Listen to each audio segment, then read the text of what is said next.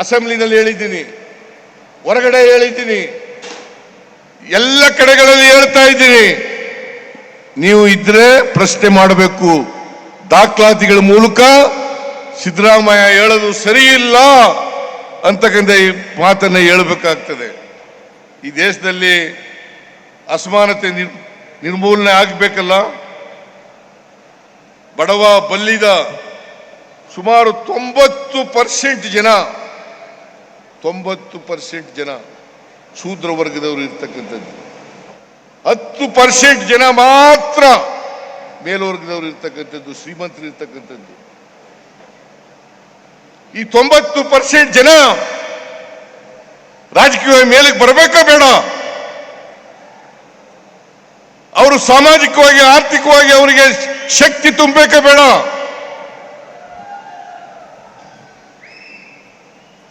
ನೀವು ಯಾವಾಗಲೂ ಕೂಡ ಈ ಬಿಜೆಪಿ ಅವರು ಇದ್ದಾರಲ್ಲ, ನರೇಂದ್ರ ಮೋದಿ ಅವರು ಇದ್ದಾರಲ್ಲ, 10% ಜನರ ಪರವಾಗಿ ಮಾತ್ರ ಮಾತಾಡೋದು, ಅವ್ರಿಗೆ ಮಾತ್ರ ಕೆಲಸ ಮಾಡೋದು, ಅವರಿಗೆ ಎಲ್ಲ ರೀತಿಯಲ್ಲೂ ಕೂಡ ತೆರಿಗೆಗಳನ್ನು ಕಡಿಮೆ ಮಾಡ್ತಕ್ಕಂಥ ಕೆಲಸವನ್ನು ಮಾಡ್ತಾರೆ. ಆದರೆ ಕಾಂಗ್ರೆಸ್ ಪಕ್ಷ ಯಾವತ್ತೂ ಕೂಡ ಬಡವರಿಗೆ, ದಲಿತರಿಗೆ, ಹಿಂದುಳಿದವರಿಗೆ, ಅಲ್ಪಸಂಖ್ಯಾತರಿಗೆ ಇವರೆಲ್ಲರೂ ಕೂಡ ಮುಖ್ಯವಾಹಿನಿಗೆ ತರಬೇಕು ಅಂತ ಪ್ರಯತ್ನವನ್ನ ಮಾಡ್ತೀವಿ. ಯಾಕೆಂದರೆ ನಾವು ಬಸವಣ್ಣವರಲ್ಲಿ ನಂಬಿಕೆ ಇಟ್ಕೊಂಡಿರ್ತಕ್ಕಂಥವ್ರು, ಬುದ್ಧನ ತತ್ವದಲ್ಲಿ ನಂಬಿಕೆ ಇಟ್ಕೊಂಡಿರ್ತಕ್ಕಂಥವ್ರು, ಅಂಬೇಡ್ಕರ್ ಅವರ ತತ್ವದಲ್ಲಿ ನಂಬಿಕೆ ಇಟ್ಕೊಂಡಿರ್ತಕ್ಕಂಥವ್ರು, ನಾವು ಗಾಂಧಿ ತತ್ವದಲ್ಲಿ ನಂಬಿಕೆ ಇಟ್ಕೊಂಡಿರ್ತಕ್ಕಂಥವು. ಸರ್ವರಿಗೂ ಸಮಪಾಲು, ಸರ್ವರಿಗೂ ಸಮಪಾಲು, ಸರ್ವರಿಗೂ ಸಮಬಾಳು, ಇದು ಆಗಬೇಕು. ಇಲ್ಲದೆ ಹೋದ್ರೆ ಬಾಬಾ ಸಾಹೇಬ್ ಅಂಬೇಡ್ಕರ್ ಅವರು ಹೇಳಿದ್ರು, ಈ ದೇಶಕ್ಕೆ ಸ್ವಾತಂತ್ರ್ಯ ಬಂದು ಅದು ಯಶಸ್ವಿ ಆಗಬೇಕಾದ್ರೆ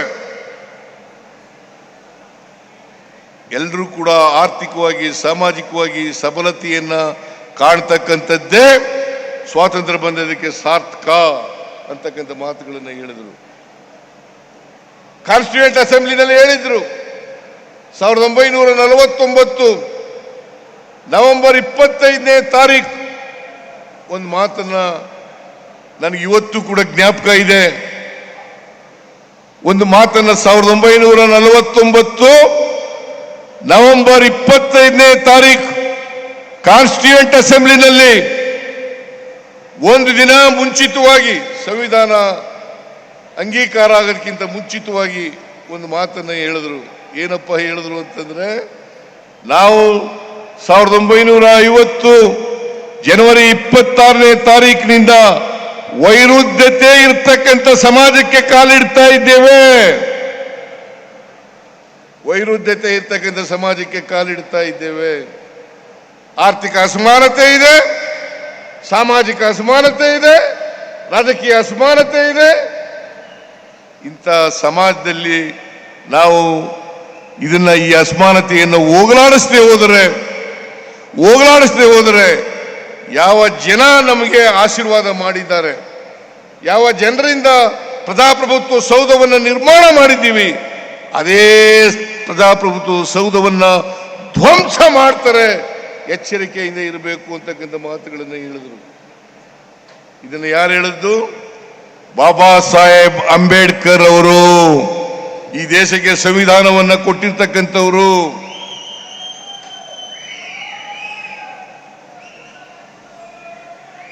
ಇದು ಆಗ್ಬೇಕಾ? ದೇಶದಲ್ಲಿ ಪ್ರಜಾಪ್ರಭುತ್ವ ಧ್ವಂಸ ಆಗ್ಬೇಕಾ? ಧ್ವಂಸ ಆಗಬಾರದು. ಪ್ರಜಾಪ್ರಭುತ್ವ ಉಳಿಬೇಕು, ಸಂವಿಧಾನ ಉಳಿಬೇಕು. ಈ ದೇಶದ ಎಲ್ಲ ಜನರು ಕೂಡ ಸಮಾನವಾಗಿ ಬಾಳ್ತಕ್ಕಂಥ ವ್ಯವಸ್ಥೆ ನಿರ್ಮಾಣ ಆಗಬೇಕು. ಭ್ರಾತೃತ್ವದಿಂದ ಬದುಕ್ತಕ್ಕಂಥ ಸಮಾಜ ನಿರ್ಮಾಣ ಆಗಬೇಕು. ಸಮಾನತೆಯ ಸಮಾಜ ನಿರ್ಮಾಣ ಆಗಬೇಕು. ಈ ಸಮಾಜವನ್ನ ನಿರ್ಮಾಣ ಮಾಡಲಿಕ್ಕೆ ನಾವು ಕಾಂಗ್ರೆಸ್ ಪಕ್ಷ ಮೊದಲಿಂದಲೂ ಕೂಡ ಪ್ರಯತ್ನವನ್ನು ಮಾಡ್ತಾ ಇದೆ. ಸ್ವಾತಂತ್ರ್ಯ ಬಂತವಿಂದ ಜವಾಹರ್ಲಾಲ್ ನೆಹರೂರವರು ಇರ್ಬೋದು, ಇಂದಿರಾ ಗಾಂಧಿ ಅವರು ಇರ್ಬೋದು, ವಲ್ಲಭಾಯ್ ಪಟೇಲ್ ಇರ್ಬೋದು, ಇವರೆಲ್ಲರೂ ಕೂಡ ಪ್ರಯತ್ನವನ್ನು ಮಾಡ್ತಾ ಇದ್ದಾರೆ. ಮನಮೋಹನ್ ಸಿಂಗ್ ಅವರ ಕಾಲದಲ್ಲಿ ನಾವು ಡೈರೆಕ್ಟಿವ್ ಪ್ರಿನ್ಸಿಪಲ್ಸ್ ಹೇಳ್ಕೊಂಡಿದ್ದೀವಿ. ರೈಟ್ ಟು ಇನ್ಫಾರ್ಮೇಶನ್ ಯಾರು ಕೊಟ್ಟವರು? ರೈಟ್ ಟು ಎಜುಕೇಶನ್ ಯಾರು ಕೊಟ್ಟವರು? ಫುಡ್ ಸೆಕ್ಯೂರಿಟಿ ಆಕ್ಟ್ ಅನ್ನ ಯಾರು ಮಾಡಿದ್ರು? ನರೇಂದ್ರ ಮೋದಿ ಅವರು ಮಾಡಿದ್ರ? ಬಿಜೆಪಿ ಅವರು ಮಾಡಿದ್ರ? JDS ನವರು ಮಾಡಿದ್ರ? ಲ್ಯಾಂಡ್ ಎಕ್ಸ್ಚೇಂಜ್ ಆಕ್ಟ್ ಅನ್ನು ಮಾಡಿದವರು ಯಾರು? ಫುಡ್ ಸೆಕ್ಯೂರಿಟಿ ಆಕ್ಟ್ ಮಾಡಿದವರು ಯಾರು?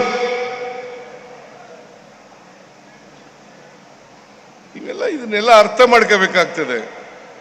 ಬಿಜೆಪಿಯವರು ಯಾವತ್ತೂ ಕೂಡ ಸಾಮಾಜಿಕ ನ್ಯಾಯದ ಪರವಾಗಿಲ್ಲ.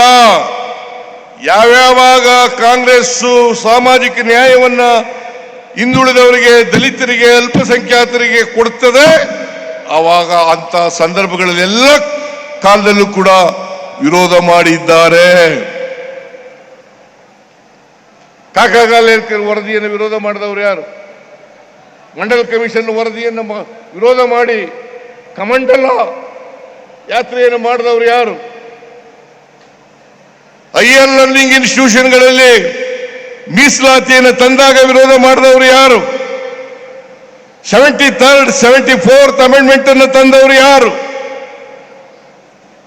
73rd 74th ಅಮೆಂಡ್ಮೆಂಟ್ ತಂದವರು ಯಾರು? ಅದಕ್ಕೆ ವಿರೋಧ ಮಾಡಿದವರು ಯಾರು?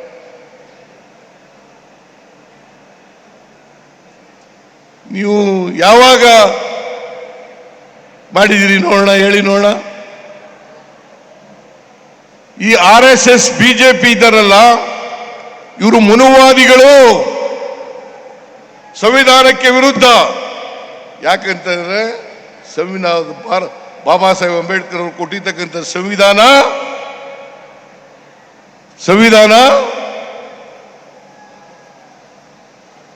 ಮನುವಾದಕ್ಕೆ ವಿರುದ್ಧವಾಗಿರ್ತಕ್ಕಂಥದ್ದು, ಮನುಸ್ಮೃತಿಗೆ ವಿರುದ್ಧವಾಗಿರ್ತಕ್ಕಂಥದ್ದು. ಅದಕ್ಕೋಸ್ಕರ ವಿರೋಧವನ್ನು ಮಾಡ್ತಾರೆ. ಈಗ ಇನ್ನೊಂದು ಹೇಳಕ್ ಶುರು ಮಾಡ್ಬಿಟ್ಟಿದ್ದಾರೆ ಬಿಜೆಪಿಯವರು ಎಲ್ಲ ಕಡೆ. ಬಾಬಾ ಸಾಹೇಬ್ ಅಂಬೇಡ್ಕರ್ ಅವರನ್ನ ಸೋಲಿಸಿದವರು ಕಾಂಗ್ರೆಸ್ನವರು, ಸೋಲಿಸಿದವರು ಕಾಂಗ್ರೆಸ್ನವರು. ನಾನು ಹೇಳಿದೆ ಅಸೆಂಬ್ಲಿನಲ್ಲಿ, ಬಾಬಾ ಸಾಹೇಬ್ ಅಂಬೇಡ್ಕರ್ ಅವರು ಒಂದು ಪತ್ರವನ್ನು ಬರೆದಿದ್ದಾರೆ ಅವರ ಸ್ನೇಹಿತರಿಗೆ. ಅದರಲ್ಲಿ ಏನು ಹೇಳಿದ್ದಾರೆ ಅಂತಂದ್ರೆ, ನನ್ನನ್ನು ಸೋಲಿಸಿದವರು ಸಾವರ್ಕರ್. ಅವರೇ ಹೇಳಿರೋದು, ಬಾಬಾ ಸಾಹೇಬ್ ಅಂಬೇಡ್ಕರ್ ಅವರು ಹೇಳಿರ್ತಕ್ಕಂಥದ್ದು. ನನ್ನನ್ನು ಸೋಲಿಸಿದವರು ಸಾವರ್ಕರ್, ಕಮ್ಯುನಿಸ್ಟ್ನ ರಂಗ. ಇದನ್ನ ನೀವೆಲ್ಲ ತಿಳ್ಕೋಬೇಕಾಗ್ತದೆ. ಅದಕ್ಕೆ ಬಾಬಾ ಸಾಹೇಬ್ ಅಂಬೇಡ್ಕರ್ ಅವರು ಹೇಳಿದ್ದಾರೆ, ಯಾರಿಗೆ ಇತಿಹಾಸ ಗೊತ್ತಿಲ್ಲ ಅವ್ರು ಯಾರು ಕೂಡ ಭವಿಷ್ಯವನ್ನು ನಿರ್ಮಾಣ ಮಾಡಲಿಕ್ಕೆ ಸಾಧ್ಯ ಇಲ್ಲ. ಯಾರಿಗೆ ಇತಿಹಾಸ ಗೊತ್ತಿಲ್ಲ ಅವ್ರು ಯಾರು ಕೂಡ ಭವಿಷ್ಯವನ್ನು ನಿರ್ಮಾಣ ಮಾಡಲಿಕ್ಕೆ ಸಾಧ್ಯ ಇಲ್ಲ. ಇತಿಹಾಸ ಗೊತ್ತಿದ್ರೆ ಮಾತ್ರ ಈ ಅಸಮಾನತೆ ನಿರ್ಮಾಣ ಆಗಲಿಕ್ಕೆ ಕಾರಣ ಏನು? ಇದು ಗೊತ್ತಿರಬೇಕು. ಇತಿಹಾಸ ಗೊತ್ತಿದ್ರೆ ಮಾತ್ರ ಈ ಅಸಮಾನತೆ ನಿರ್ಮಾಣ ಆಗ್ಬೇಕಾದ್ರೆ ಕಾರಣ ಏನು? ಈ ಜಾತಿ ವ್ಯವಸ್ಥೆ ಹುಟ್ಟಬೇಕಾದ್ರೆ ಕಾರಣ ಏನು? ವರ್ಗ ವ್ಯವಸ್ಥೆ ಹುಟ್ಟಬೇಕಾದ್ರೆ ಕಾರಣ ಏನು? ಇದಕ್ಕೆ ಪರಿಹಾರ ಹುಡುಕ್ತಕ್ಕಂಥದ್ದೇ ಕಾಂಗ್ರೆಸ್ ಪಕ್ಷ, ನಮ್ಮ ಸಂವಿಧಾನ. ಅದಕ್ಕೋಸ್ಕರ ಸಂವಿಧಾನವನ್ನು ರಕ್ಷಣೆ ಮಾಡಬೇಕು, ಸಂವಿಧಾನವನ್ನು ರಕ್ಷಣೆ ಮಾಡಬೇಕು. ಅದಕ್ಕೆ ಕಾಂಗ್ರೆಸ್ನವರು ನಮ್ಮ ಸ್ಲೋಗನ್ ಏನಪ್ಪಾ ಅಂತಂದ್ರೆ, ಜೈ ಬಾಪು, ಜೈ ಬಾಪು, ಜೈ ಭೀಮ್, ಜೈ ಸಂವಿಧಾನ್. ಜೈ ಬಾಪು, ಜೈ ಭೀಮ್, ಜೈ ಸಂವಿಧಾನ್.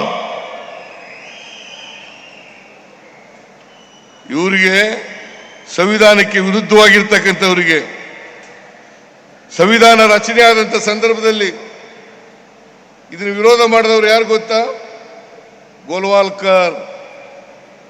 ಗೋಲ್ವಾಲ್ಕರ್, ಸಾವರ್ಕರ್. ಯಾರಿವರು? ಹಿಂದೂ ಮಹಾಸಭಾದ ನಾಯಕ, RSS ನ ನಾಯಕ. ಇವರು ವಿರೋಧ ಮಾಡಿದ್ದು ಆರ್ಗನೈಸರ್ ಪತ್ರಿಕೆ ತೆಗೆದು ನೋಡ್ಲಿ, ಅವರು ಆರ್ಗನೈಸರ್ ಪತ್ರಿಕೆ ತೆಗೆದು ನೋಡ್ಲಿ. ಆರ್ಗನೈಸರ್ ಪತ್ರಿಕೆಯಲ್ಲಿ ಬಹಳ ಸ್ಪಷ್ಟವಾಗಿ ಹೇಳಿ ಇವರು ವಿರೋಧ ಮಾಡಿದ್ದಾರೆ.